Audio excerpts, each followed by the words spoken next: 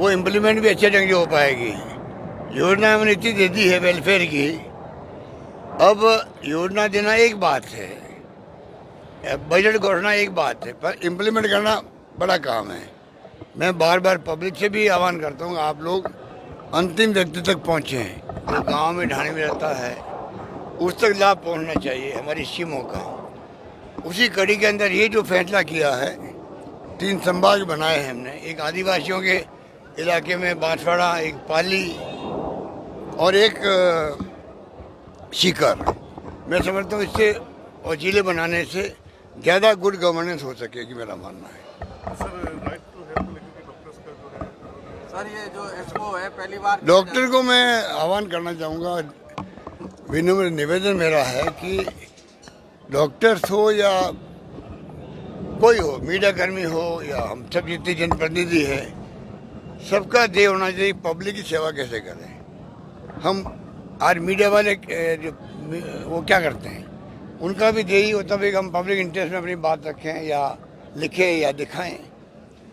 राजनीति में कार्यकर्ता क्या करता है, हम पब्लिक के लिए कुछ काम करें, इसलिए आते हैं। डॉक्टर्स या कोई भी सर्विस में आते हैं तो सरकारें कितने लाखों रुपए खर्च करती है। भाई ये हमारा ह्यूमन रिसोर्स है, इनके माध्यम से पब्लिक की सेवा होगी। डॉक्टर्स हमारे भगवान का रूप मानते हैं सब लोग इनको, तो उसी रूप में इनको आगे आके सेवा का काम करना चाहिए। पता नहीं बात अच्छी हो रही थी, इनकी कुछ मांगे थी, सरकार ने इनकी सब मांगों को स्वीकार कर लिया। चीफ सेक्रेटरी लेवल पर और additional chief secretary finance level पर सब इनकी बातचीत पूरी हो गई। इनके कुछ करेक्शन करने थे मांगों, वो उन्होंने कर दिए। उसके बाद में अचानक ही क्या हुआ कि ये तमाम लोग वापस सड़कों पे आ गए, वो नहीं आना चाहिए था।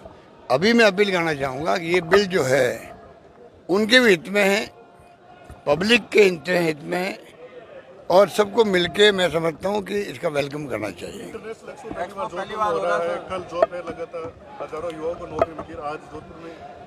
कल मैं जयपुर में देख रहा था, जो माहौल है आईटी दिवस का, वो देखने लायक है।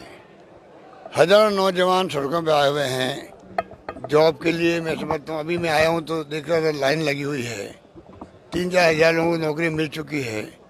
तो ये हम हर ज़िले में लगाएंगे, और बड़ा ये मैं समझता हूँ कि एक फैसला किया है 100 जॉब फेयर लगाने का राजस्थान के अंदर। तो हम चाहते हैं कि वही बात है, बजट की घोषणा हमारे वो भी है, वो भी हम पूरा करना चाहते हैं।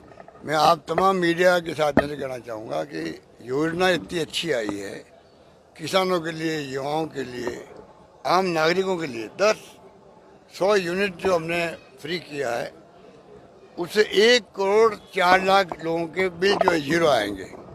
एक उदाहरण दे रहा हूँ आपको, किसानों के लिए करीब 12-15 लाख किसानों के बिल जीरो आएंगे। इस प्रकार से हर वर्ग को राहत दी गई महंगाई के वक्त में। महंगाई को राहत देने का एक हमने मतलब अप्रोच रखा है। करीब 20,000 करोड़ का हम लोगों ने, महंगाई इतनी भयंकर है जिसके लिए राहुल गांधी की यात्रा भी थी। महंगाई, बेरोजगारी और नॉन वायलेंस और अमीर गरीब की खाई बढ़ती जा रही है, उनको लेके, उसी थीम को लेके हमारे बजट की स्कीमें हैं। उसको हमें समझना पड़ेगा कैसे हम लोग इनको इम्प्लीमेंट करवाएं। राहुल गांधी को बार-बार परेशान किया जाता है, कांग्रेस को परेशान किया जाता है, सेंट्रल गवर्नमेंट राहुल गांधी को परेशान क्या करी, पूरे देश को परेशान कर रही है। केंद्र सरकार, इनके जो अप्रोच है सरकार की, पूरे मुल्क को परेशान करने वाली, खाली राहुल गांधी को अकेले को नहीं है। आज पूरा देश तनाव के अंदर है, हिंसा हो रही है। मैं बार बार कहता हूँ, पत्रकार, लेखक, साहित्यकार जेलों में जा रहे हैं। आम नागरिक असमझ व्यक्त करता है, अगर सरकार आलोचना करता है, जो कि लोकतंत्र में आवश्यक है, उनको भी भेज देते, जेल में भेज देते, देशद्रोह का आरोप लगा करके। इस माहौल को क्या कहेंगे, ये लोकतांत्रिक हत्या नहीं है क्या? तो राहुल गांधी तो सबका मुकाबला कर लेगा, उसमें दमखम है, दिखा दिया दमखम उन्होंने लंबी यात्रा करके, पूरे देशवासियों मिल करके। पर ये जो स्थिति है, ये इनको सबक सिखाएगी, पब्लिक भी समझ जाएगी।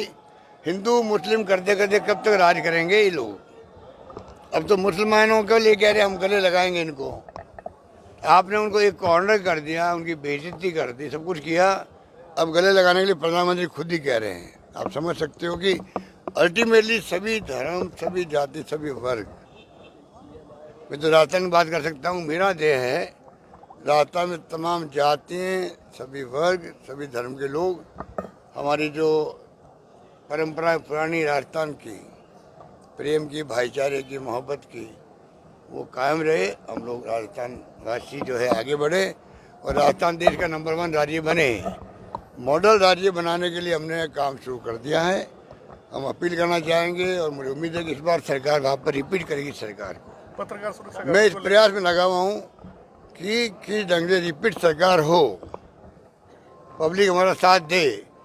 आज जो स्कीम हमने बनाई है वो स्कीमें और ज़्यादा मजबूती से आगे बढ़े, हमारी स्कीमें और वेलफेयर स्कीम आए, इंफ्रास्ट्रक्चर हो या जन कल्याणकारी योजना हो या सोशल सिक्योरिटी हो। आज 1 करोड़ लोगों को पेंशन दे रहे हैं राजस्थान के अंदर, बुजुर्गों को भी, विधवाओं को भी, निःसज्जनों को भी, 1 करोड़ लोगों को। और अभी हमने सबके लिए मिनिमम 1000 कर दिया है। तो मैं आपको कह सकता हूँ कि सरकार हमारी जो है, तो सरकारी कर्मचारी OPS लागू किया, उसका ये लोग विरोध कर रहे हैं। तो आज माहौल ऐसा लग रहा है राजस्थान के अंदर इस बार सरकार रिपीट करेंगे। पत्रकार सुरक्षा कानून इंडस्ट्रियल डेवलपमेंट कॉरिडोर को कैंसिल कर दिया सेंट्रल गवर्नमेंट ने। काकानी वाला जो इंडस्ट्रियल एरिया था उसकी जमीन को कैंसिल कर दिया सेंट्रल। अब राजस्थान जैसे प्रदेश जो प्रोग्रेसिव स्टेट है और काकानी का बहुत इम्पोर्टेंट प्रोजेक्ट था वो, अब यहाँ के हमारे मेंबर पार्लियामेंट क्या बोल रहे हैं उनके लिए, वो हमें तो कह रहे थे जो एन के सिंह साहब ने जो फाइनेंस कमीशन रिपोर्ट दी थी, तब 4 मुद्दे उन्होंने एक्स्ट्रा दिए थे राजस्थान को हमारे कहने से, हमारी रिक्वेस्ट पे। उसमें एक फिनटेक यूनिवर्सिटी का भी था। उसके लिए हमारे यहाँ के सांसद महोदय ने कहा ये जोधपुर में खुलना चाहिए। वो तो केंद्र की योजना थी,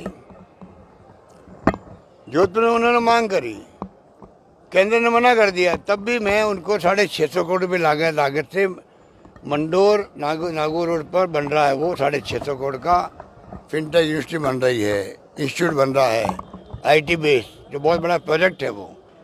तो इनके मुंह पे ताले लग गए संसद महोदय के।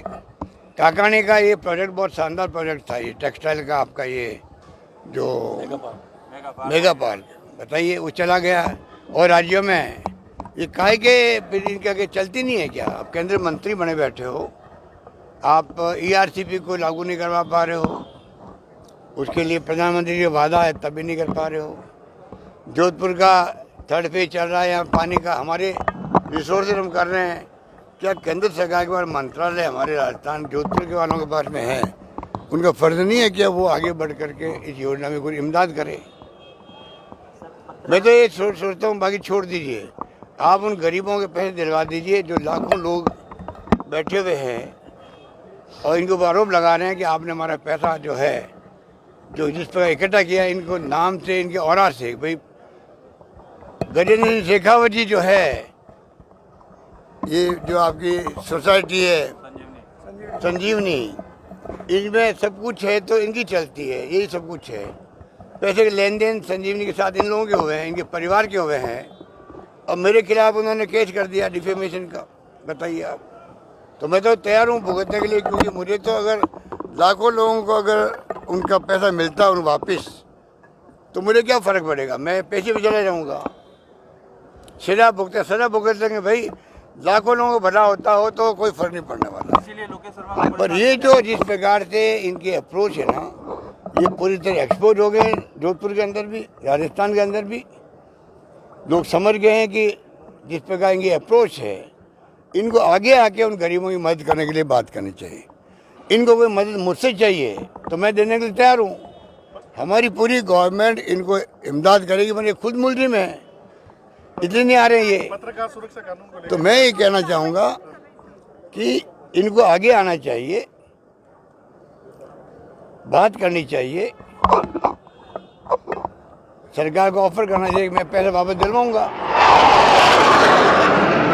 ये जो स्थिति है इसको आपको उनको समझना पड़ेगा और MP साहब को समझाना पड़ेगा भाई आपको 2 बार चुनाव जिता के भेजा यहाँ पर। आप कृपा करके गरीबों की तरफ देखो, उनके आंखों में आंसू आ गए।